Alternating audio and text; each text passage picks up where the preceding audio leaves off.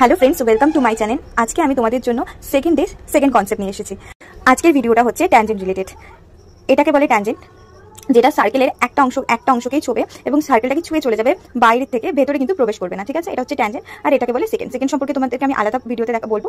এবার যখন তোমরা সচরাচর এই টাইপের কোয়েশ্চেন দেখো, যেখান থেকে ডাইরেক্ট কিন্তু তোমাদের কাছে কোয়েশ্চেন চলে আসে, তো তোমরা যদি এই কনসেপ্টটা জানো তাহলে হচ্ছে সহজে তোমরা অ্যান্সার করতে পারবে। তো যখন একপাশে একটা ট্যানজেন্ট থাকবে আর আরেকপাশে একটা সেকেন্ড থাকবে, তখন তোমরা কি করবে, এই ট্যানজেন্টটার স্কয়ার লিখবে পিসি স্কয়ার ইকুয়াল টু, তার পাশে লিখবে এই সেকেন্ডটার PA into PB square, PB into, ঠিক আছে, পিএ ইন্টু পিবি। ওকে, এবার পরেরটা হচ্ছে ট্যানজেন্ট নেই, পরেরটা দুটোই দেখো সেকেন্ড। তো এই ক্ষেত্রে তোমরা কি করবে, এই ক্ষেত্রে ঠিক এখান থেকে এখানে যাবে পিবি ইন্টু, এই দেখো পিবি ইন্টু পিএ, ঠিক আছে, ইকুয়াল টু এই পাশে চলে আসবে পিসি ইন্টু পিডি।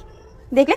তাহলে এই কনসেপ্টটা তোমাদের জানা হয়ে গেল। এবার এটা দেখো কর্ডের ফর্মুলা, ঠিক আছে, কর্ড থিওরেম। এটা যদি একটা সার্কেলের মধ্যে দুটো কর্ড ইন্টারসেক্ট করে তাহলে কি হবে, দুটো কর্ডের মধ্যে দেখো এও, এখান থেকে এখানে যাবে একবার এও, আবার ইন্টু ও বি, ঠিক আছে, ইকুয়াল টু একই রকমভাবে সিও ইন্টু ওডি।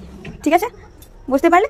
তো এইভাবে এই তিনটা ফিগার থেকে তোমাদের কিন্তু ডাইরেক্ট কোশ্চেন আসে। তোমরা এমনই যদি ছোট ছোট কনসেপ্ট থেকে তোমরা একবারে অ্যান্সার চাও, তো এইভাবে তোমাদের কিছু কিছু কনসেপ্ট ট্রিক জেনে রাখতে হবে, যেটা জানার জন্য আমি তোমাদেরকে হেল্প করবো এবং এইভাবে ছোট ছোট ভিডিও থ্রুতে তোমাদের কাছে আমি তো এই কনসেপ্টগুলোকে নিয়ে আসবো। ঠিক আছে, ভালো লাগলে একটা লাইক করে দিও। টাটা।